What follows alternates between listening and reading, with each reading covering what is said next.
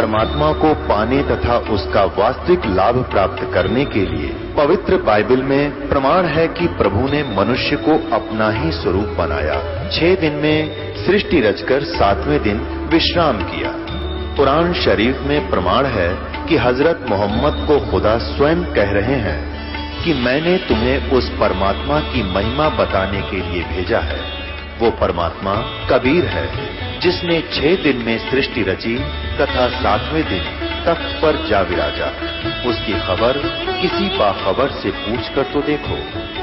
कृपया अवश्य सुनिए जगत गुरु तत्वदर्शी संत रामपाल जी महाराज के अमृत वचन। ये गीता जी सुनाऊं आपने आज में। और स्वयं भगवान ने ब्रजवासियों की ओछी उपासना छुटाई, इंद्र की भी पूजा बंद करवा दी जो कि देवताओं का राजा था, और फिर कहा कि उस परमात्मा का भजन करा करो भाई। अब नादानों ने फिर वो गोवर्धन पूजन कहला दिए, वो पत्थर कहला दिए, नो इसकी चक्कर काटो। भगवान का तुम गीता जी को इतना अनमोल शास्त्र समझते हो तो भाई इसका अनुसरण भी करा करो बीरा। और गीता जी कब लिखी गई थी कि जब अर्जुन ने युद्ध करना बंद मना कर दिया था। क्या कहा भगवान ने कहा कि अर्जुन तू लड़ाई कर ले। ये निरंजन भगवान बोला, उसमें कृष्ण जी नहीं बोल रहे थे। आपको प्रमाण बताता हूं, उनमें लिखा, उन्होंने बताया, भगवान कृष्ण अर्जुन को बता रहे हैं। अर्जुन ने, कृष्ण जी ने अर्जुन को, मतलब आप कृष्ण कहते हो क्योंकि यहाँ कृष्ण के आधार पर चलना पड़ेगा, परंतु उसमें निरंजन जी बोल रहे थे। कृष्ण जी कह रहे हैं कि अर्जुन भाई तू लड़ाई करने क्यों मना करता है? इसलिए कि तू इनको मारकर पाप का भागी होगा। कहां जी? अरे भले पुरुष तेरा कोई पाप ना लग गए, ये तो मैंने पहले ही मार रखे हैं, क्यों चिंता करे। और बीरा देखो, ये ऐसी बात नहीं कि ये राजा जन पहले को ना थे, और ये भी नहीं है कि आगे भी ना होंगे। इनके तो असंख्य जन्म होंगे, और भाई तेरे भी होंगे। और ये शरीर तो ऐसा है जैसे पुराने वस्त्र त्याग दिए, नए पैर लिए। ये तो इतना ही है, और तुम्हें कोई पाप नहीं लगे तो निष्काम भाव है और लड़ाई कर ले। अर्जुन तेरे मेरे असंख्य जन्म हो लिए, तुझे ज्ञान नहीं, मुझे जानकारी है। और बिना जन्म मरण जीव का मिटा नहीं। कहने का भाव है कि भगवान कृष्ण की बातों का अर्जुन ने कति अमल नहीं किया, और आखिर तक कहते रहते हैं कि देखो जी मेरे तो बस का कौन है। उसने उनके मन के अज्ञान अंधेरे को हटाने के लिए भगवान कृष्ण जी ने क्या कहा, अपना विराट रूप दिखाया। विराट रूप दिखाया। उसमें क्या दिखाते हैं कि देख, वो निरंजन ने अपना स्वरूप दिखाया 1000 भुजा वाले भगवान का। 1000 भुजा वाले भगवान का अपना प्रमाण दिया। जब कति लड़न से बंद हो नाट जाता है, विराट रूप धारण करते हैं और कहता देख भाई ये सभी राजा लोग मेरे द्वारा मार दिए गए हैं, अब तू तो नायक चिंता करा भाई, तुझे कोई पाप नहीं लगेगा, तू एक बार लड़ाई कर ले। अर्जुन कति नाट जाता है कि जी मेरे बस का कौन है। उसमें क्या करते हैं भगवान कृष्ण यानी निरंजन उस प्रवेश करके विराट रूप दिखाते हैं। अर्जुन भयभीत हो जाता है, इतना डर जाता है कि कांपन लाग जाता है और कहता है भगवान अपने इस रूप में वापस कर ले, मेरा तो कालजा पाटन हो गया और मुझे डर बहुत लग रहा है। उसने वो क्या कहते हैं भगवान कृष्ण को अर्जुन कि आपके ये पहले ना देखे हुए रूप को देखकर मेरा दिल अति घबरा रहा है और सभी लोग व्याकुल हो रहे हैं,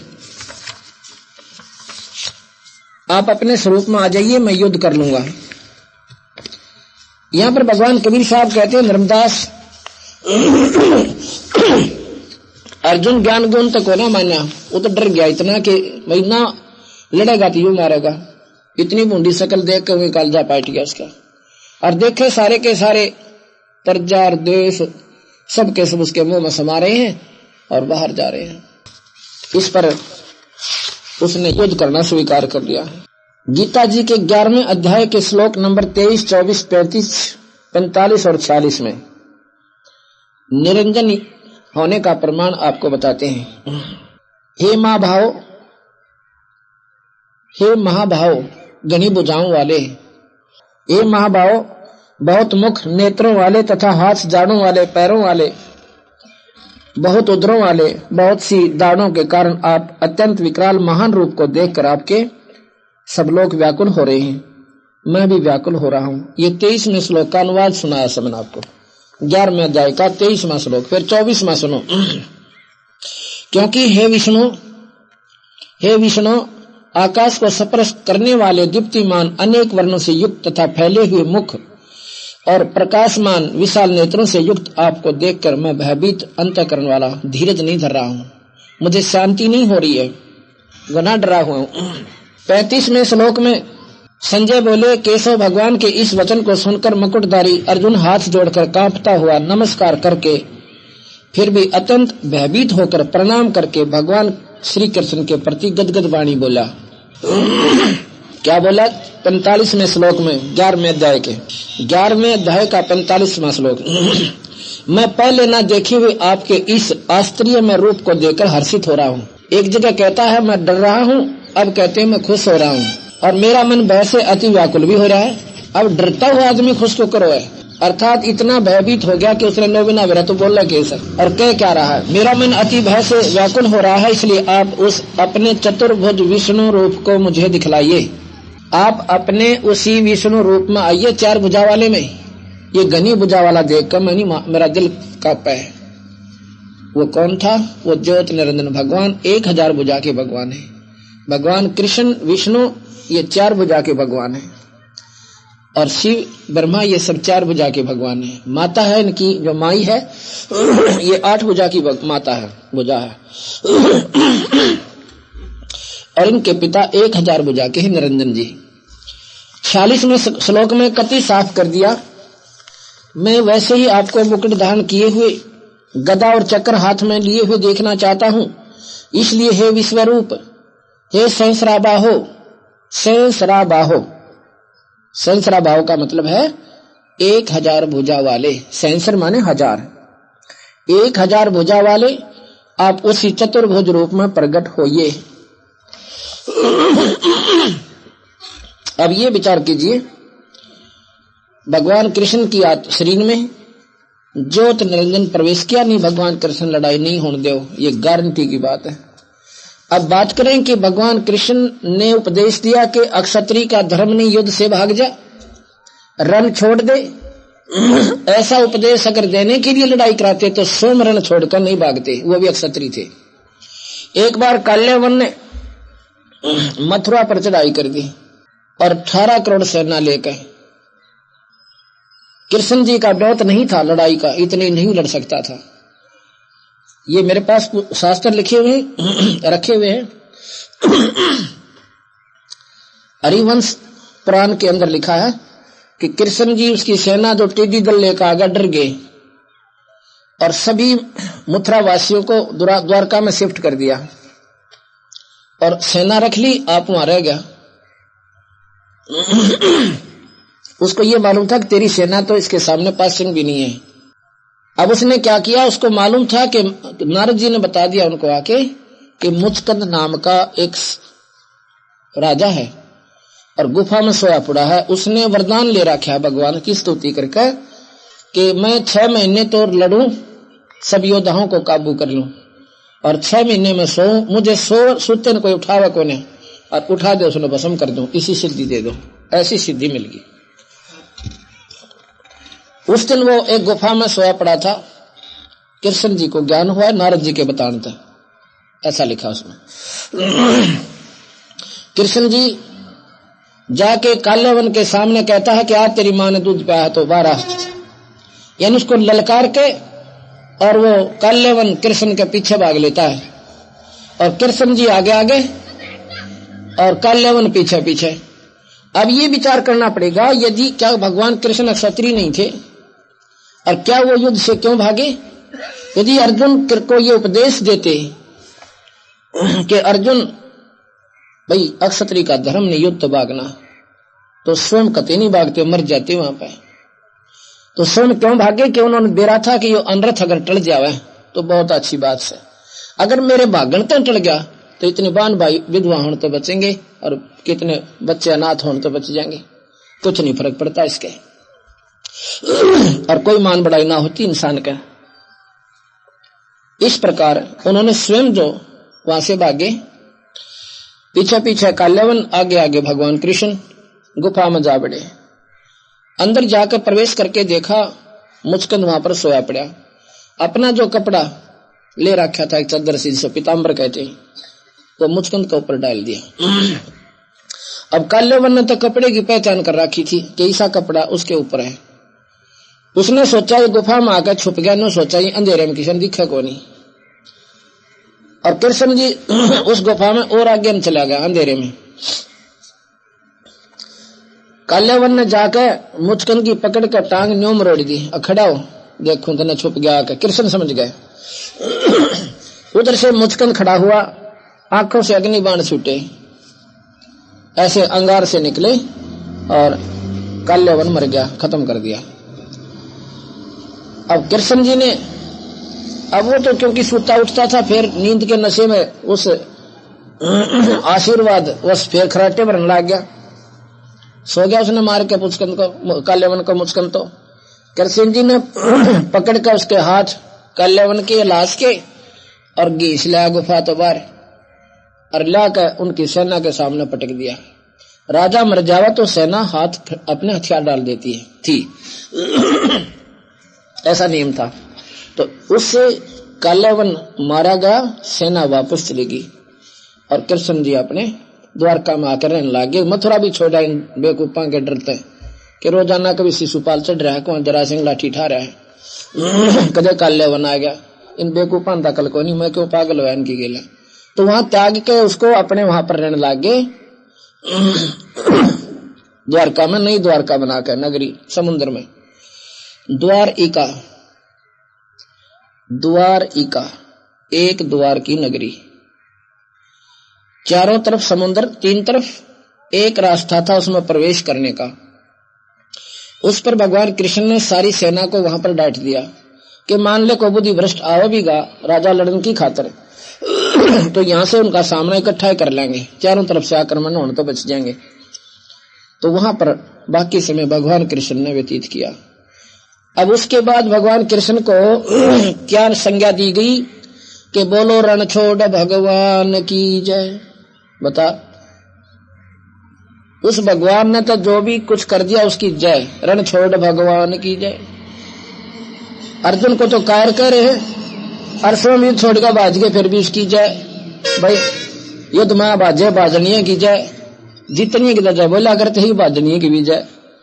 कहने का भाव यह है कि हमने ना बेरा, हम फिर उसके ऊपर इतने आश्रित हो गए भगवान कृष्ण पर, वो जो सोले काम करे अर्थ ओले करे, उसकी जय बोलनी है बोलनी। क्या बोले हैं, बोलो राधा रमन भगवान की जय। जय इसका हिंदी अनुवाद करो तो क्या कौन जबान बेटिया में यह जय बोल रहे उनकी, बता इतने बुद्धि भ्रष्ट हो गया हमें, मैं बिना बेरा जय किस उद्देश्य से बोल रहे हैं, क्या बोल रहे हैं। अब ये नहीं, अगर भगवान विष्णु की साधना करनी है, उनका एक सत्य नाम है, सार नाम है, और वो नाम जब से है जब कृष्ण भी नहीं था, राम भी नहीं थे। चलो अब कहा कि भगवान रण छोड़कर भागे, युद्ध से भागे क्षत्रिय होकर, तो फिर भी बोलो रण छोड़ भगवान की जय। कहने का भाव ये नहीं है कि भगवान की जय ना बोला है, जय अवश्य बोलो, पर उनकी शक्ति को आप कहते हो कि ये सर्वशक्तिमान है। सर्वशक्तिमान का ऊपर कोई असर नहीं होता किसी राजा या हथियार का। अब क्या होता है, धर्मदास आपकी बात आगे चलाते हैं कि महाभारत हो गया, पांडव जीत गए और कौरव हार जाते हैं। कहा जी फिर क्या हुआ, जब राजा युधिष्ठिर को राजगद्दी देने लगे उन्होंने मना कर दिया। युधिष्ठिर नाट गया कि मैं इसे बूढ़े कुकर्म के राज को मैं नहीं करूं, अनर्थ है इसमें। क्योंकि पहले दिन जिस दिन राजगद्दी को उसको देना था, तिलक करना था, उससे पहले वो गंगा पर इंद्रप्रस्थ के साथ में गंगा पे स्नान करने के लिए जाता है। स्नान करके जाता है तो वहां देखे अपने ही कुल के दुर्योधन, दुशासन और उनके भाइयों की पत्नियां विधवा होकर वहां चूड़ी फोड़ रही थी और हाहाकार कर रही थी और 100 गालियां दे रही थी हमारे को। और वो बच्चे अपने माँ की छाती का चपट चपट कर रो रहे थे अपने बच्चों की खातर, अपने माता पिता, अपने पिता के लिए। कृष्ण जी ने कहा कि युधिष्ठिर, अब तुम राजगद्दी को प्राप्त करो, तुम्हारा विजय हुई, राज लो। युधिष्ठिर नाट गया कि भगवान इसे बूढ़े पाप के राज ने आपा को नहीं करें। कृष्ण कहने लगा, भाई देखो, अगर राजा अब राजगद्दी नहीं प्राप्त करेगा तो कौन करेगा इसको? कहने लगा, नहीं जी, इसे अनर्थ के राजनामा को ना करो। फिर क्या बोले कि भाई तू ऐसे कर ले, एक यज्ञ कर ले, और यज्ञ करने से तुम्हारे जो पाप है ना वो किए हैं आपने, वो खत्म हो जाएंगे। युधिष्ठिर कहने लगा, भगवान कीचड़ से कीचड़ कभी साफ नहीं होता, यज्ञ में भी ना मेरा कितने पाप करने पड़ेंगे, ये सुख सागर में लिखा हुआ है और महाभारत में प्रमाण है इसका, न्यू का न्यू जो मैं सुना रहा हूं आपको। आखिर में बात यह है कि कृष्ण की बात को स्वीकार नहीं किया युधिष्ठिर ने, तो न्यू बोले भगवान कृष्ण, भाई बात सुन युधिष्ठिर, जब अपनी बुद्धि काम नहीं करे, अपने सब जन से किसी से सलाह ले लेनी चाहिए इस मार्ग में। आपके यहाँ विषम पितामह रणसैया पर पड़े हैं, उस पर सरसैया पे तीरा का ऊपर, और भाई वो राजनीति में निपुण भी हैं और तुम्हारे पितामह हैं, उन तो बात कर ले, जिस तरह वह कहे ऐसे मान ले। वहां चले जाते हैं। कृष्ण जी ने सारा वर्णन विषम पितामह को सुनाया कि ऐसे ऐसे युधिष्ठिर राजगद्दी पर बैठने से मना कर रहा है, इसको समझाओ। तो उसने कहा कि ऐसा करो, विषम पितामह कहता है युधिष्ठिर, दुर्योधन ने तुम्हारे साथ के जुल्म ना किया, तुम्हारे सारे बच्चे मारे, द्रौपदी के 5 बच्चे मारे, और भाई तुमको वनवास दिया, फूकन की खातिर लाख का महल बनाया, इसे राक्षस को मार भी दिया तो भाई क्यों मना करे थे। लेकिन 3-4 ऋषि और बुलाए कृष्ण जी ने, उन्होंने कहा युधिष्ठिर कोई फर्क नहीं पड़ता, यज्ञ करने से पाप नष्ट हो जाते हैं। बाकी राजा भी ऐसे ही करते थे, सभी राजा ऐसे ही करते हैं, युद्ध करके एक यज्ञ कर देते हैं, पाप रहित हो जाते हैं और गद्दी को प्राप्त कर लेते हैं। कहने का भाव यह है कि ज्यादा कहने से उन्होंने एक यज्ञ करके राजगद्दी पर बैठ गए। उसके बाद कुछ दिनों के बाद युधिष्ठिर को बुरे बुरे स्वप्न धर्मदास आने शुरू होते हैं। रात्रि में बैठकर रोता है और बेचैन हो जाता है। द्रौपदी देखती है, एक दिन देखा कि युधिष्ठिर तो बैठा हुआ खाट पे, चारपाई पे। उसने पूछा कि क्या बात होगी, आप क्या परेशानी है? युधिष्ठिर बोला कुछ नहीं, आप सो जाइए। अब कहाँ सोआ थी द्रौपदी, अपना देखेंगी आंख खोल मीच के। आखिर में अगले दिन उसने अब उसके 4 भाइयों को बता दिया कि आपका भैया परेशान है और आपको बताना नहीं चाहता, कोई गुप्त राज इसके हृदय में छेद कर रहा है, परेशान कर रहा है। 4 के 4 पांडव इकट्ठे होकर युधिष्ठिर के पास गए। कहने के भैया एक बात बताना, क्या आप हमें अपना भाई नहीं मानते हैं? वो बोला आपने ये कैसे कह दिया, आप तो मेरे कलेजे की जो है ना कलेजा हो, 4 के 4, आपने कैसे कह दिया मैं आपको भाई नहीं मान रहा? फिर आप हमें भाई मानते हो तो ये बात छुपा क्यों रखी जो आपको रोजाना परेशान कर रही है? हम आपके दुख में दुखी और सुख में सुखी होने वाले हैं, और आप दुखी हो तो हमें आज से रोटी नहीं खाई जाएगी। इतना दबाव जब दे दिया, कहने लगा भाई के बताऊं, मन तो इसे बुरे स्वप्न आवे, कटे हुए सर के आदमी दिखे, हाहाकार करती हुई बहन और बेटियां दिखे, चूड़ी फोड़ती हुई दिखे, और जैसे मैंने कह रही हूँ पापी तत्न सबर आ गया होगा, इसी विषय मुंडे हमारे अनरस करके हमारे पतियों को मार के अब हमारे खून को पी रहा तू राज करके, जो कहे मन इसी से आवाज आवे ऐसी ऐसी, और मुझे नींद नहीं आ रही, 3 दिन हो गए। कहने लगे चलो भगवान कृष्ण से समाधान पूछें। कृष्ण जी के पास जाते हैं कि भैया को ऐसे ऐसे बड़े स्वप्न आ रहे हैं बुरे बुरे, इसका कारण तथा समाधान बताइए।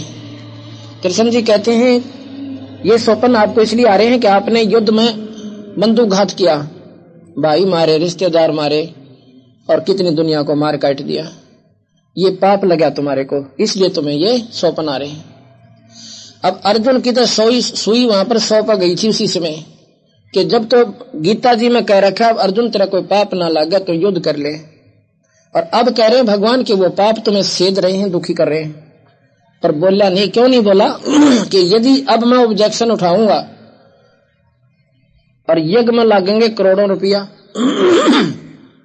तो भाई युधिष्ठिर ये सोचेगा कि मेरे को शांति मिलन में ये राज्य को ना इन पैसा दिखने लग गया। उसी समय अपने मन को मार कर अर्जुन कहता है ठीक है महाराज, जैसे आप कहोगे ऐसे ही करेंगे, हमारे भैया को दुख नहीं होना चाहिए।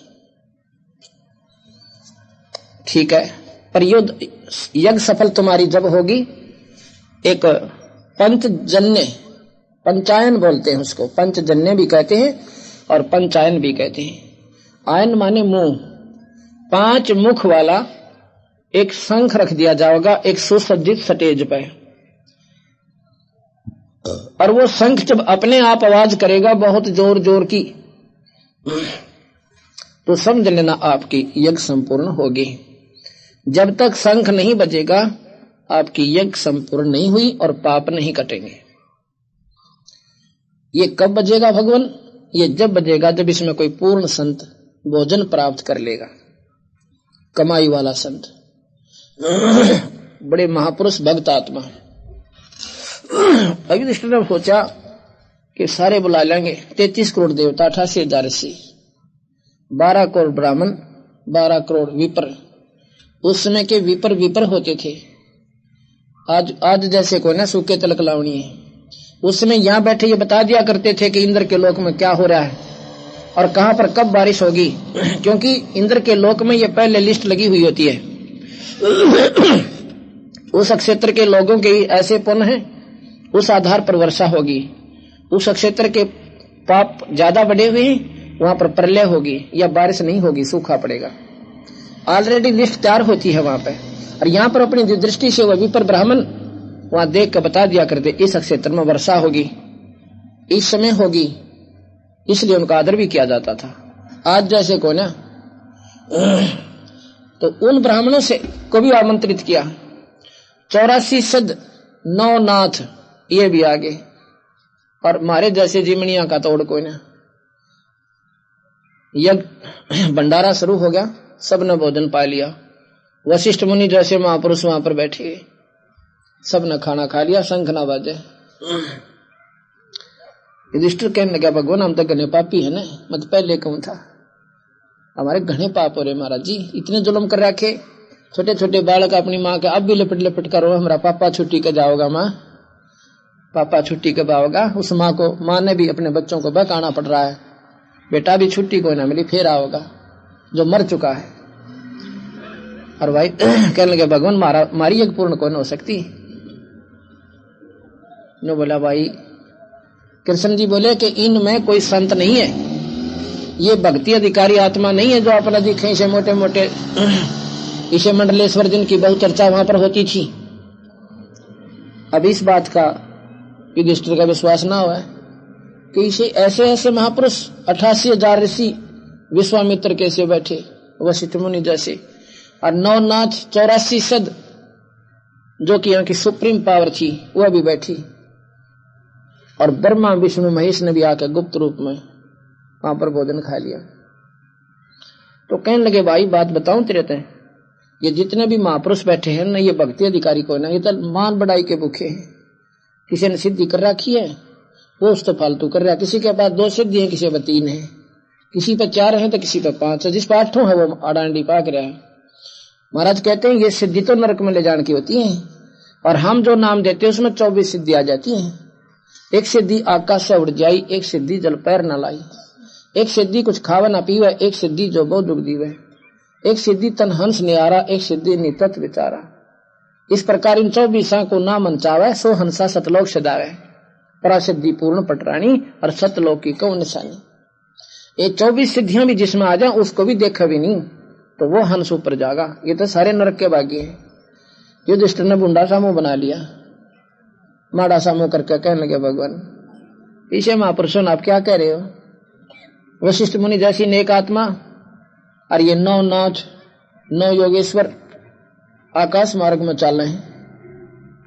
कृष्ण जी बोला ले भाई अपने संशय हटा ले। एक बार यूं किया था सबकी तरफ, वो बैठे स्टेजा पर ऊंची ऊंचियां पे, अरीब देख इनकी शकल है। क्या देखा? किसी का बंदर का मुंह लाग रहा, कोई सांप का मुंह बन गया, कोई गधा बन रहा, कोई कुत्ते का मुंह। कहता ये 84 में जाएंगे सारे के सारे। गरीबदास जी भी ये कहते हैं कि 33 पर तलब है, कोई बकरा कोई बो के, ये 33 करोड़ देवता भी गधे बनेंगे आखिर में आकर, और तब इनको साधना और साधक माने बैठे हो। ये तो अपने शास्त्र में प्रमाण है, गीता जी में, महाभारत में, और कृष्ण जी ये वचन बोल रहे हैं। फिर कहने लगे भगवान कौन रहेगा ऐसा महापुरुष? मैं बताता हूं। एक सुपच नाम का सुदर्शन है, सुदर्शन नाम का स्वपच, स्वपच कहते हैं जैसे आजकल हरिजन कहते हैं, छोटी जाति माना करते उसमें। और वो जाति थी उनकी वाल्मीकि बंगी जाति में, जिसको चूड़ा के। लेकिन भगवान के घर में कोई नहीं जाति, ये तो हम फीतलाएं बैठे आड़े, उसके दरबार में कोई जात कोई मजहब नहीं है। गरीबदास जी कहते हैं ऊंच नीच इस विध है लोई, और कर्म को कर्म कहां दोई। अच्छे काम करनिया, भगवान का नाम लेने वाला, दुष्कर्म से दूर प्राणी। समाज की दृष्टि से तो कितनी नीच उस जाति से संबंधित है जिसको तुम नीच कहते हो। भगवान के दरबार में 1 नंबर की आत्मा, उसकी सबसे प्यारा हंस है। ऊंच नीच इस विध है लोई, और कर्म को कर्म कहां दोई। कितनी ऊंच जाति का और बुरे काम करे हो नीच आत्मा से, और जिसने तुम नीच आत्मा कहते हो, जाति कहते हो, अच्छे कर्म करने वाला हमारे लिए तो छाती का नान जोगा है, ऊंच आत्मा है।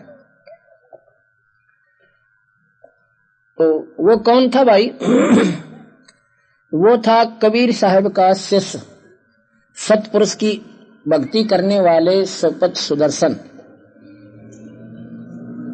अब समस्या होगी कि द्वापर में कबीर साहब की तो टपक गए भाई, तो 600 साल पहले हुए थे। कबीर साहब 4 युग में आए। सतयुग में सतसुकृत नाम से, त्रेता में मुनिंदर नाम था, और द्वापर में करुणा में नाम से, जब कलयुग में कबीर नाम से। जब वो करुणा में नाम से आए उन्होंने ये बानी लिखी है और ये मार्गदर्शन किया। केवल वो एक व्यक्ति समझ में उसका आयुष्य में, और उसने तन मन धन कबीर साहब के ऊपर वार दिया, यानी अपने गुरुदेव करुणामय के ऊपर। और सतनाम सार नाम की जाप करता था। उसमें इतनी शक्ति आ गई तो कृष्ण जी कहने लगा भाई एक महापुरुष रहते हैं ऐसे ऐसे दिल्ली के पूर्व में, उनको लाओ बुला के।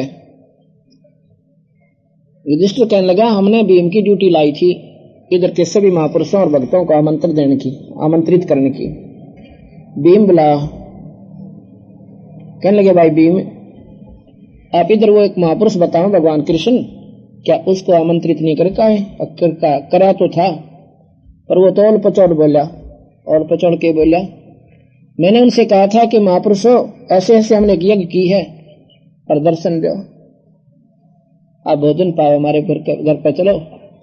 वो कहने लगा भीम तुम्हारे नरक के भोजन ने तो वो खाओगा जिसने नरक में जाना होगा, और अपन तो वहां कोई ना टूक भी ना तोड़े। अगर हमें बुलाना है तो 100 अश्वमेघ यज्ञ का संकल्प पुण्य मुझे कर दो, जब तुम्हारी यज्ञ में टूक तोड़ू मैं। पीछे बूंदे कुकर्म के अन्न को और खा के कौन नरक में जा भाई।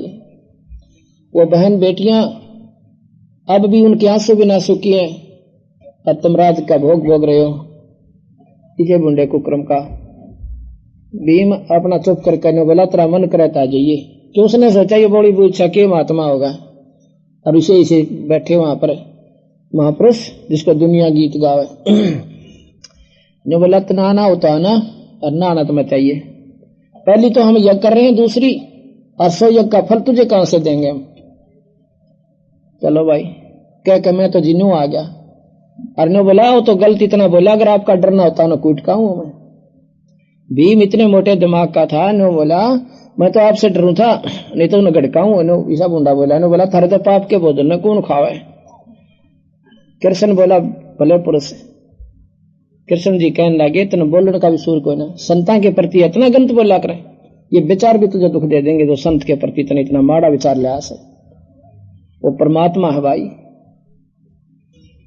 और भले पुरुष तुमने मेरे को आगे बताना था, इसका समाधान करते कुछ ना कुछ संत को बुलाने का। ने बोला जी ठीक सर। कृष्ण जी बोले पांचों मेरे साथ चलो नंगे पैरा, और साथ में छठे भगवान, छेहू के छेहू उस गरीब की झोंखड़ी के ऊपर और जाकर प्रणाम करते हैं लंबी लौट के। भगवान कृष्ण मादी नहीं बहुत है लंबे लौट के, क्योंकि वो सतोगुनी है, विष्णु अवतार है, उनमें मान बढ़ाई कोई ना, वो भक्तों के प्यारे बहुत से, पर वो काल से बहुत दबे हुए हैं, वो बात न्यारी से।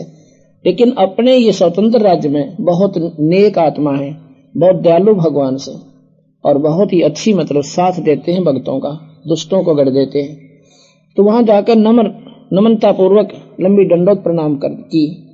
तो जब कृष्ण जी ने दंडोत प्रणाम की तब पांडव कितने थे, उन भी सारे के सारे दंडोत प्रणाम करना पड़ा।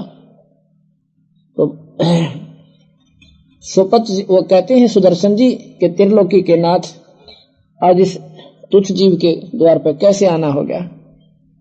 कृष्ण जी कहने लगे भगवान आप जानी जान हो, सारा बेरा आपने, आज हम समस्या में हैं। इन्होंने ऐसे यज्ञ की है, यज्ञ संपूर्ण नहीं हो रही, और आपके बिना मालिक कौन करनी है उसने, एक बार दर्शन देने पड़ेंगे। कहने लगा भाई चल तो मैं पढ़ो, पर मेरी शर्त मैंने इस भगत जी को, क्यों वो भीम जी को विषा ठोड़ा न्यारा पिछड़न में, कि इस भगत जी से मैंने कहा था वो शर्त मेरी पूरी कर दो तब चालो। कहा भगवान आप पर पूरी कराने वाले, आप ही सलाह सौदी देने वाले, क्या आपकी बानी है संत मिलन को चालिए तज माया अभिमान, और जो जो कदम आगे रखे ओ यज्ञ समान। संतों के दर्शन के लिए जो भक्त आत्मा आती है नेक नीति तय, अपने मान अभिमान ने घर त्याग के छोड़ जाओ वहां पे, और अधीन भाव बनकर, जैसे डॉक्टर के पास जाते हैं, मेडिकल में जाते हैं मरीज, उसमें उनको कोई एम नहीं होता अपनी बीमारी दिखा करें, ये भगवान किसी प्रकार कट गया, डॉक्टर से बहुत प्यारा बोला करें, जहां का जो वहीं बैठ जाते हैं, जहां का वह लेट जाते हैं। इस आधार से, इस भाव से अगर तुम यहाँ पर आओगे तो भगवान सुनेगा, और यहाँ पर आओगे मान अभिमान से, परमात्मा कोई ना सुने, आए का भी फर्क आपको कोई लाभ नहीं होगा। अधीन भाव से आते हो तो परमात्मा आपकी पूर्ण लाभ देता है। एक कदम एक यज्ञ के समान बताओ। अब इस कीमत ने आप नहीं जान सकते, ये संतों की बानी है, जो कह दिया सो फाइनल है। एक कदम आपका इधर हुआ है तो उसके घर पर 100 अश्वमेध यज्ञ के समान फल है। यदि आप अधीन भाव से या न्याय है देखेंगे के बक्का है, उसका ज्ञान न झाड़का आवांगे, तो वो भी आपके मन में अज्ञानता और वो फल नहीं मिल पाएगा। सुने ना अच्छा लगा अपना चुप करके चला जा, क्योंकि कोई भी बात है प्रथम बार स्वीकार नहीं होती।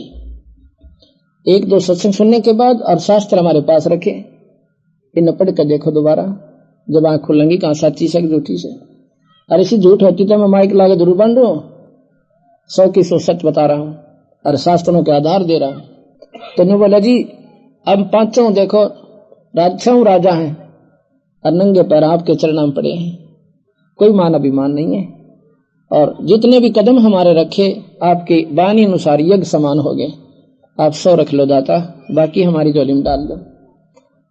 कहते हैं साधु भूखा भाव का धन का भूखा ना, और जो कोई हो धन का भूखा साधु भी को ना। खुश हो गए। ने बोला भाई भीम अकान जी, भीम फिर तो भाजमा कति मीठा बोले, ने बेरा पिट के जब कृष्ण जी भी नमन कर दिया इनको तो पूर्ण शक्ति है, कोई काचा काम कोई नहीं। ने बोला भीम भाई एक बार या मेरी सुमर ने दिए ठाक माला खुट्टी पर तारिये, खुट्टी पर से माला उतारने लग गया ना भी में, पसीने आगे उतरी कोने कति अरब वो भी में जो वृक्ष न पाट के बगाव था वह माला ना उतरी, पसीने आगे। और पहले डींग मार के गया था कि मैं एक ना मारू था 10 मरे थे। तो वो कहने लगे सुपत जी क्या बात होगी पहलवान, या माला कौन उतरती? मैं बोला जी 2 जोड़े हाथ थारी में मानता मैं जाना, मेरे पे हलती भी कोई ना उतरना दूर की बात से। और तूने कहा पहला डींग मार के गया था कि मैंने इसे ठोक दिए ठाके, ये ना उतरी बेटा। वो और मार्ग से योद्धा कुछ और होते हैं और संत मार्ग कुछ न्यारा से भाई। और फिर उन्होंने ऐसे किया, माला पर उतर के महाराज जी के हाथ में आएगी, मौका नहीं देखा उसके, कहा नहीं बस है तो कुछ न कुछ चीज पर दिखा बड़ी बूझा क्यों जितने बाल ढड्डी के बढ़ रहे, सिर पर बाल उलझ पलझ पड़े, टूटे ली तरदोरी धोती क्यों कर भगवान मानना इसने चाल। अन्य कबीर साहब चरखा होता नहीं तने और बिना कुड़ते बैठे धोती में, तो उसने भगवान हम क्यों कर माना बता। हम तो मौका टाला न कह त्रिशूल वाला तो मान लिया, रीत ने इसने भगवान मानना कैसे? जब मानेंगे जब इसकी कीमत से परिचित होंगे, जब इसकी शक्ति से परिचित होंगे, जैसे उन भगवानों की शक्तियों से परिचित हैं। अब इनकी शक्ति से हम ज्ञान जानकार होंगे तो आपस विकार हो जाएगा, कहने की आवश्यकता ही ना पड़े बार बार।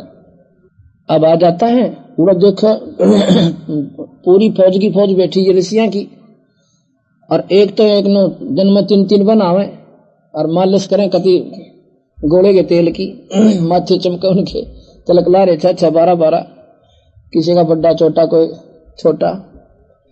अब उस लांडे से बूंदे सी शकल के सावली सी शकल जंगल के मारनिया की किसी नाने दौड़े हुआ करें, और भाई सावली सी शकल हो रही, जब वो गोड्डा दाई की धोती वह भी पाट रही है एक जगह पर और फटा सा कुर्ता, और जब वो संत आकर उस मंडप में प्रवेश करता है तो सारे अंदर अंदर हंसे हैं कि ये लाए शेर ढूंढ कर ये बजाओगा इनके संग ने। और द्रौपदी भी देखे, अब भगवान कृष्ण भी सह कुछ ना कुछ ये केला ठा रहा बता, इस महात्मा इसे महात्मा कहते। कृष्ण जी के पास द्रौपदी के पास कृष्ण जी जाकर कहने लगे बहन ऐसे काम करें, बढ़िया भोजन बना दे, इस महात्मा थरी एक पूर्ण होगी। अब भाई चलो, और खाना तो खिलाना ही होता है, पर मन में तसल्ली कती नहीं थी कि इस तक क्यों कर बाजा की जब इसे मंडलेश्वर बैठे यहाँ पे। पर इतना सुंदर भोजन बना दिया कि इस महात्मा ने तो घास तोड़ कर खाया होगा, आंगड़ी चाटेगा, इसी बढ़िया भोजन बना देती हूँ और आप पर प्रसन्न होगा। द्रौपदी ने क्या किया कि 36 प्रकार के भोजन इसे सुंदर सुंदर कटोरिया में डालकर नारे नारे और थाल में परोस कर महात्मा के सामने रख दिए। क्या किया सुपत जी ने, सुदर्शन जी ने, उसने सोची आज तो ये मन बड़ा उस्ताद है, आज ये बिगड़ जाएगा जो ये नारे नारे स्वाद कर लिए थे। मन तो कल फिर पाते डक्कल का साग खाना भाई अपना ईद क्यों ना उसके मन कर दूं काम। वो सारे के सारे सब्जी मीठा सब इकट्ठा कर लिया, होगा जहां जाओगा वहीं पर, अब वही सा भोजन कितना नहीं खाया। क्योंकि खाना बनाने वाली का एक विशेष ख्यास होती है, कुदरती बात है, होनी भी चाहिए। अतिथि आता है तो उसके वो विशेष भोजन बनाती है कि कोई नून आता है इसी फूड थी, नून बिना गिरना आया, यानी 10 जगह जागा तो नो कहीं बड़े अच्छे घर की लड़की थी, वह बहुत बढ़िया भोजन बना रखा था, सूर वाली थी। और कोई नो कह दे भाई इसमें तो नमक थोड़ा सा, उसका सारा खून जल जा रहा है बेचारी का। क्यों नून का दिशा हिसाब है, कोई घना खाओ कोई थोड़ा खाओ, यू सेट नहीं हुआ करता। तो उसका नो हो जाकर देख इसने भोजन बिसरा दिया मेरा, तय बता की कमी बन गई थी, मन तो बहुत अच्छा बनाया था, उसका दिल टूटे। तो संत कभी नहीं कहते जो मिल गया खाकर और सराह करें वाह बेटी ऐसा भोजन तो हमने कदे देखा है कोई नहीं, उसका मन राजी रहे प्रसन्न रहे। तो उसने वो इकट्ठा करके खाया। और द्रौपदी ने बोली अपने मन में सोचा कि सब सीने के में खाने का बिना बेरा बता किसके संग बजाओगा। वो संग संग तो पाछे देखा, पहला तो अपने सराहन की बात देखा थी कि मेरा सराह होगा, पर वो दोनों काम बिगड़ गए। उसने वो खाया, जब मुंह में डाला शंख बजा, दूसरी बार फिर खा, फिर भाग्य बाद बजा, तीसरी बार फिर बजा, 5 बार में वो सारा सामान खा गए महाराज जी, 5 ग्रास किए। और 5 बार वो शंख वहां रखा अपने आप आवाज कर गया। युधिष्ठिर ला गया कूदन, अक महाराज जी हो गया काम, शंख बज गया। वो कहने लगा, कृष्ण जी बोले भाई अभी बजा नहीं है, ये तो इतना जोर पे बजेगा इसकी तो स्वर्ग तक जनकार जागी और इस पृथ्वी के कन कन पर सुनाई देगा। अब यो दृष्टि कहता गढ़ो पानी पड़ गया, अब यो कट्या रोग भाई ये वो ढूंढना पड़ेगा कि तो कोई शंख बजानी है। कृष्ण जी कहने लगे, युधिष्ठिर जी बोला जी मैं बताऊं था मेरे जैसा नीच आत्मा नहीं मारे, हमने इतना कुकर्म कर रखा, बता शंख बाजा क्यों करे, इतने अनाथ कर दी बहन बच्चे और इतनी विधवा बाण कर दी, ये शंख को ना बाजे। कृष्ण जी बोला भाई बजा तका पर द्रौपदी के मरोड़ काट है यो, द्रौपदी के मन में खोट रह रहा है, इसने सीधा करा ये संत। मैं बोला द्रौपदी तू रे ना बेबे बहन आका जी तू सच ही बता तने क्या सोचा इस महात्मा के बारे में। मैं बोले जी क्या बताऊं, बस मैं ये मन भी पक्का है, 1 मिनट में तो रहना के सोच जैसे। मैंने ये सोचा कि इस नरभागन इस बूढ़े से ने खाना भी ना आणता, बता किसके संग बजाओगा, कम से कम भोजन तो नारा नारा खा लेता यूं। न बोला बात सुन ले, कोई भी समागम करवाते हो ना आप, यज्ञ धार्मिक अनुष्ठान करवाते हो, नखरे नहीं करा करते, कोई कैसे खावे अपना खान दे तो क्या नहीं करते, संतना पाप के बागी होते हो, अपनी मर्जी क्यों, रोटी तो खानी है अपनी खागी, तुमने देना था अपना परोस दिया, तुम्हारा भाव तुम्हें मिला, इन्हें किसी प्रकार खाओ। और कहते तुमने सोचा ये हलवे पूरी तने खुआ का एहसान कर दिया, इन्होंने एहसान किया तेरे घर पर खाने का। एक संत के जमान का 68 फल तीर्थ के फल बराबर फल होता है, और अपने घर में सब खा के सोवे, कहते ने सोचा तेरी ये गोई तो ये भूखे सोवे थे, आड़े खाए ना के, अपने घर पर सब आली सूखी खा के सोते हैं, और तने ये के नखरे दिखाएगा, मैंने सा बढ़िया भोजन बना दिया। और 5 का 20 बुंडे से महात्मा के बुंडा दिखाई, तीन लोग इसके बाल के बराबर भी कोई ना। कृष्ण जी कहते हैं ये 3 लोग इस महापुरुष के बाल के बराबर भी कोई ना, और तो इसने बुंडा सा कहे, ये पूर्ण परमात्मा है। अब अमरता के ना करता, और कृष्ण जी का हुक्म तो लास्ट एंड फाइनल हो सा, पांव पकड़े हाथ जोड़े, महाराज जी माफ करिए मुझ पापड़ में गलती होगी मेरे पे, पांव धोने लगी, वह धूल भरे पैर जो टूटे टूटे लीतर थे, अरुण मत धूल जारी चोटी ताई, और वो पैर खुद कृष्ण जी ने और द्रौपदी ने दोनों धोए, धोकर पैर, और द्रौपदी ने बोला पी इसने। द्रौपदी उस चरणामृत को पीने लगी, भगवान कृष्ण ने बोला कि बान आधा मन भी दे दिए, इसे महापुरुष का चरणामृत कित कित पावे। आधा द्रौपदी ने पिया, आधा भगवान कृष्ण ने पिया। गरीबदास जी कहते हैं उस चूड़े का चरणामृत लिया वो कृष्ण चंद्र कर तारा, वो कृष्ण भगवान ने उस चूड़े का पान धो के पिए। हमने चूड़ा ला रखा, पर वो परमात्मा की हंस आत्मा थी, वो पूर्ण परमात्मा थी। साहेब तेरी बंदगी से जीव हो जा जगदीश, और अंत कोट ब्रह्मा हो रे अंत कोट हो ईश। इस परमात्मा की भक्ति से, सतपुरुष की भक्ति से ये जीव भी उस परमात्मा के तुल्य हो जाता है, उस सार नाम सतनाम की भक्ति से। जो ही उन्हें पिया पानी चरणामृत, वो शंख अखंड बाजा, इतना जोर की आवाज होती है कि काफी दूर तक, स्वर्ग तक उसकी आवाज जाती है। अब क्या होता है, युधिष्ठिर को सौपन आने बंद हो जाते हैं। कुछ दिनों के बाद भगवान कृष्ण के पैर में एक बालिया नाम के धीवर ने, शिकारी ने, और तीर मार दिया। तीर कैसे मारा, भगवान कृष्ण एक वाटिका में घूम रहे थे दोपहर के समय, और घूमते घूमते वहां पर सो जाते हैं। अच्छा, आराम विश्राम के लिए अपनी बिछा के चादर से लेट जाते हैं, और वहां पर अपने पैर के एक पंजे को और दूसरे घुटने पर ऐसे रख लेते हैं, तो पंजा सामने हो जाता है पैर का ऐसे, और उस पंजे में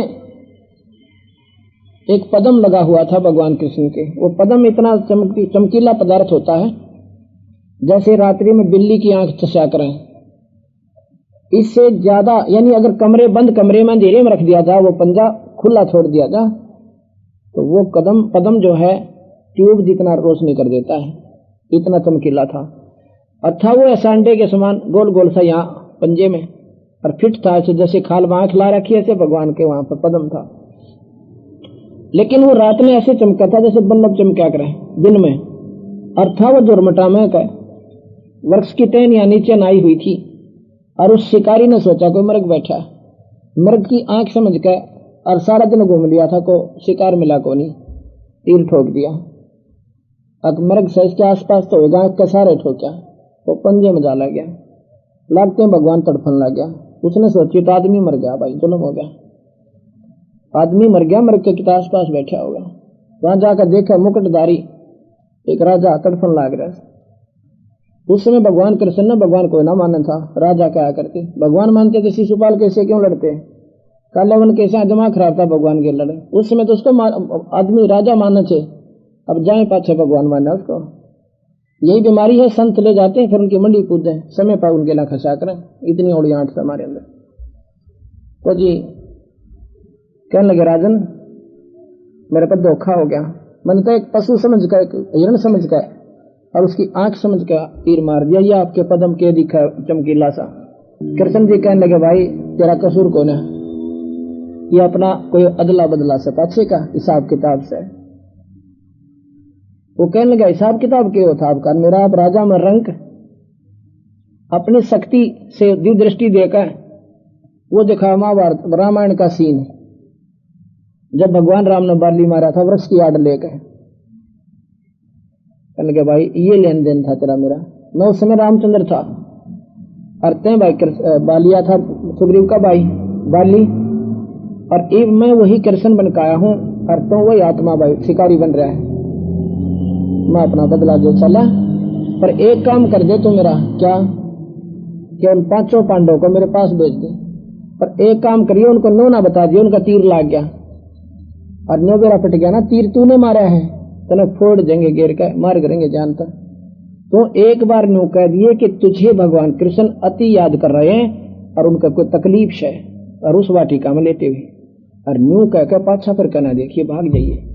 अच्छा उनको पूर्ण विवरण देकर कि ऐसे ऐसे भगवान कृष्ण आपत्ति में है, उनका कोई चोट लगी हुई है, आपको याद कर रहे हैं, अति शीघ्र जाओ। 5 के 5 भागे गए।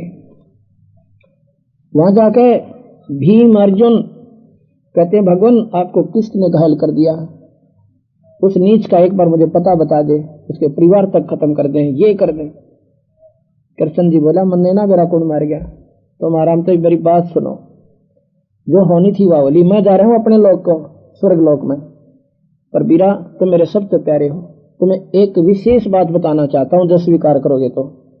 अगर वाह कोई बात हुई इतनी स्वीकार कर ली आपकी, ये क्यों नहीं करेंगे कि तुम 5 के 5 हिमालय में चले जाना, वहां पर तप करना, अपने शरीर को खत्म कर देना। अर्जुन कहने लगा महाराज जी कारण तो बताओ, अब तो राज करने का समय आया था हमारा, अरे कहते वहां जाके इसने फूक दो, खत्म कर दो शरीर को। अर्जुन कृष्ण जी कहने लगे भाई बात बताऊं, तुमने जो पाप करे थे ना महाभारत में, वो पाप दुख तुम्हें घने दुखी करेंगे और उनको अपने ढीले कर जाओ इस शरीर को कष्ट देकर। वहां पर कबीर साहब कहते हैं अर्जुन नहीं डटा, कहते हैं भगवान गीता जी में आपने क्या कहा था कि तेरा कोई पाप ना लगा अर्जुन, तो मैंने सारे मार रखे। मैं पहले नाटू था इस जुल्म को करने से, आपने जबरदस्ती करवाया मेरे तक, फिर यज्ञ करवाई के पाप नहीं लागेंगे, राजगद्दी पर बैठे, फिर बूंदे सोपन आए, फिर यज्ञ किया कि पाप वो सेध रहे। मैं उस समय नहीं बोला, क्यों नहीं बोला कि भाई के दुख का कारण था। अगर मैं बोल पड़ता तो युधिष्ठिर 100 बात सोचा, नहीं मैं तो आपके उड़े करना हो रहा था। और ई फिर आप कह रहे हो कि आपने वो पाप सेधे, वह गीता जी का ज्ञान कहां गया आपका। मैं बोले भाई बात सुन ले युधिष्ठिर, क्या नाम है अर्जुन, भाई कुछ भी कहो, या थी होनी ना तेरे बस की थी ना हमारे बस की, ये तो होना ही नहीं था, और मन ने भी ना बेरा, ये कुटबरंडत हो गया और किस प्रकार करवा दिया। तुम कहते हो मन ने करा दिया, मेरा तो याद भी कोई। अब ये कबीर साहब कहते हैं होनी कौन कराने वाला, जो कृष्ण के बस की कोना और जो अर्जुन के बस की कोना, उस होनी ने लिखनी है कौन सा, उसने करवाने वाली शक्ति फिर कौन सा, वो कोई और शक्ति है, वो ज्योत निरंजन है। अब भगवान कृष्ण ऐसी स्थिति में पड़े थे, अंतिम सांस गिने थे। उस समय भाई तो दुश्मन भी हो उसको भी गुंडा नहीं बोला जा सकता, कुछ नहीं कहा जा सकता। युधिष्ठिर बोला, गणे नहीं बोला करके संता आ गए और बात सुन, और इतनी कहकर अर्जुन चले जाते, कृष्ण जी शरीर त्याग जाते हैं, चले जाते हैं अपने स्वर्ग को, और कहेंगे देख लियो भाई थारे सलाह बने तो यो काम तुमने करें सरेगा।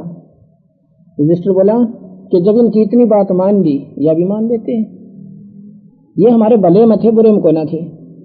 ठीक है, यह होनहार थी भाई होगी, इस होनहार ने कराने वाला कौन है ये विचार करना पड़ेगा। ये वो सनातन परमात्मा है, वो ज्योत निरंजन है जिसको ब्रह्म की संज्ञा दी जाती है। और देवी भागवत पुराण के अंदर माता कहती है कि मेरा और सनातन परमात्मा का तुम हमेशा ध्यान रखा करो, मैं और वो एक ही हैं, अर्थात ये पति पत्नी है, और ये तीनों उनके पुत्र हैं। ये राधा का अवतार धारण कराते हैं। उसके बाद चारों पांचों पांडव हिमालय चले जाते हैं। चारों पांडवों का शरीर खत्म हो जाता है। युधिष्ठिर का शरीर खत्म नहीं होता, एक पंजा पंजा गलता है, क्योंकि उसने झूठ बोला था अश्वत्थामा हिते हैं, नाम था हाथी का, और झूठ बोल दिया कि ये नहीं मालूम आदमी था पशु था। वो लकमासी कहेगा, क्योंकि द्रोणाचार्य ने कह दिया था कि अगर युधिष्ठिर कह देगा ना मेरा बेटा मर गया तो सच्चाई मान लोगा, सारे मानने का ना मानो। कृष्ण ने भी नाट किया, द्रोणाचार्य अब तो झूठा गना है, अगर युधिष्ठिर कह देगा तो मैं मान लूंगा कि मेरा बेटा मर गया। जब कृष्ण ने कहा तू बोल दे झूठे एक बार, युधिष्ठिर बोला मैं ना बोलूं कभी भी। कहने का बोलनी पड़ेगी तो अनर्थ हो जाएगा, ना तो इसका कसूर आ जाए, कुकरे बात नहीं पड़ेगी, सारा मारेगा और पुत्र योग नहीं पागल हो जाएगा, लड़ा को नहीं द्रोणाचार्य। जब ने बोला मैं तो एक अश्वत्थामा हाथी का भी नाम था, क्यों भाई युधिष्ठिर बता क्या वो मर गया? अश्वत्थामा हिते, पर मन फिर बाद में कहता है भाई पशु आदमी। उसने सोची साची तो भाई ठीक, तो युधिष्ठिर ने कह दिया तो फाइनल बात है। अब उस झूठ के, और मरा नहीं था वो, झूठ बोल दी, उसके बदले में उसका पंजा पंजा गला। फिर आगे की ओर बताऊं धर्मदास ने, अभी तक तो ने सोची होगी, यहीं तक फैसला होगा नहीं। चारों पांडव नरक में ठोक दिए इस पाप के, महाभारत के पाप आधार पर युधिष्ठिर को नरक में डाल दिया, लेकिन उसको थोड़े दिन के समय के लिए, उसका थोड़ा पाप था, वो फिर बाहर काटे।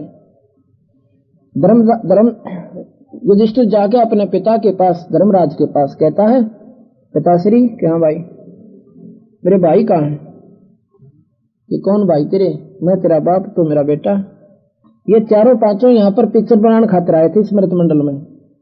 ये वो नहीं थे जो हमने अर्जुन नकुल सहदेव दिखे, ये उन देवताओं के बेटे थे। अर्जुन था इंद्र का लड़का, देवराज इंद्र का पुत्र था, और भीम था पवन देवता का बेटा, और युधिष्ठिर था धर्मराज का लड़का जो न्यायाधीश वहां का स्वर्ग में, और नकुल सहदेव थे अश्वनी देवता के बेटे। तो ने बोला बेटा उड़ा तो तुम एक रोल करने गए थे, जैसे करोड़पति का बेटा और पिक्चर में मनमान रिक्शा चलाने का रोल करने लग रहा है, तो रिक्शा पुलर को नहीं उड़ा, वो तो काटे काटे जाकर अपने पिताजी द्वारा, वो तो थोड़ी दिन बेवकूफ बनाना आया था आपको इस फिल्म के अंदर। ये तो वहां उन देवताओं के बेटे थे और विशेष वहां पर गुणी थे इनमें, इसलिए यहाँ पर एक फिल्म बना गए महाभारत, इसने तुम देखे जाइयो, पल्ले कुछ भी ना पढ़ना आपके। अब तुम कल्याण नहीं है इस साथ, तो कितना बार पढ़ लो महाभारत में, कितनी बार सुन लो। नो बोला जी मेरा जी नहीं लगता मेरे भाइयों बिना। युधिष्ठिर बोला, धर्मराज बोला तू पागल हो गया के? तो नरक में ठोक रखे, अपनी बही दिखाई दे कि न कुकर्म कर रखे, कूद कूद कर मारे छनो का, एक तीर मारो लाख मरे। अब मेरा पट्टा बेटे क्या मारा एक तीर में, अब ये नोच नोच कर खा रहे उनको, उसको नरक के अंदर जितने जीव मारे थे वहां पे। और गीता जी में लिख रखा था पाप को लागे। अब ये बात विचार में आऊंगी जब समझ में आओगी कबीर साहब की कहानी। अब इतना बिल्कुल साफ होते हुए भी मन स्वीकार नहीं करता, हम इतने रंगे उस रंग में। शास्त्र में लिख रहा क्या बार की नहीं बता रहा मैं, ना माना हट कर दी युधिष्ठिर ने। धर्मराज बोला भाई ठीक से, पर एक काम करना पड़ेगा। क्या? आपने अपने पुण्य देने पड़ेंगे तब वो नरक से। धर्मराज कहने लगे अपने पुत्र युधिष्ठिर से, कहने लगे भाई तेने अपने पुण्य देने पड़ेंगे जब वो चारों के चारों पाप से बाहर आओगे नरक से। वो मोह बस इतना कायल हो गया, मैं बोला जी मैं तो अपने पुण्य दे दूंगा पर मेरा उन बिना मन नहीं लगता। तो उसने अपने पुण्य संकल्प कर दिए कुछ, उनके आधार पर चारों पांडवों को बाहर निकाला, अर्जुन, नकुल, सहदेव और भीम को, और चारों के चारों अपने भाई के चारों तरफ चपट कर बुरी तरह रोने लगे। कहते हैं युधिष्ठिर मेरी एक नहीं मानी अर्जुन कृष्ण जी ने, मैं नाट्या बतेरा कि युद्ध नहीं करना चाहते हैं, पर मुझे इतना डरा दिया, इतना भयभीत कर दिया कि मैंने युद्ध करना पड़ा। युधिष्ठिर बोला भाई जो बात बीत गई उसका क्या पश्चाताप करा करें, होगी होगी थोड़ी दिन बात आने, आओ तुम मेरे साथ। धर्मराज के दरबार में आ गए। अब ये पुण्य दे दिए युधिष्ठिर ने, ये सोचना विचार करना, और जो चारों पांडव थे बाहर आगे नरक छुटवा दिया, लेकिन वो पाप नहीं कटे अभी भी। जब तक ये पुण्य रहेंगे उसके दिए हुए तब तक तो रहेंगे वो स्वर्ग में, उसके बाद वो नरक भोगने के लिए बाकी जो के तो पाप है वो फिर भोगने पड़ेंगे। यहाँ पर दोनों कर्म भोगे हैं, पुण्य स्वर्ग में, पाप नरक में, कटा नहीं करते, ये कर्म नहीं कटते। भगवान विष्णु के कर्म नहीं कटे जब उन्हें त्रेता युग में बाली मारा, और वो कर्म उन्होंने कृष्ण बनकर भोगना पड़ा, काटना पड़ा, भोगना पड़ा, कटा नहीं। तो महाराज कहते हैं गरीबदास जी तुम कौन राम का जब तेजापम अर्थात कटे ना तीनों तापम, तुम किन भगवानों का आश्रय ले रखा जिनसे तुम्हारे तीन ताप भी नहीं कट सकते। तीन ताप के अंतर्गत कौन आता है? श्राप दे देना, किसी को श्राप दे देना, किसी के ऊपर कोई देव रुष्ट हो जाना, देव प्रकोप हो जाना, किसी के द्वारा छू मंत्र करवा देना, ये तीन ताप के अंतर्गत होते हैं।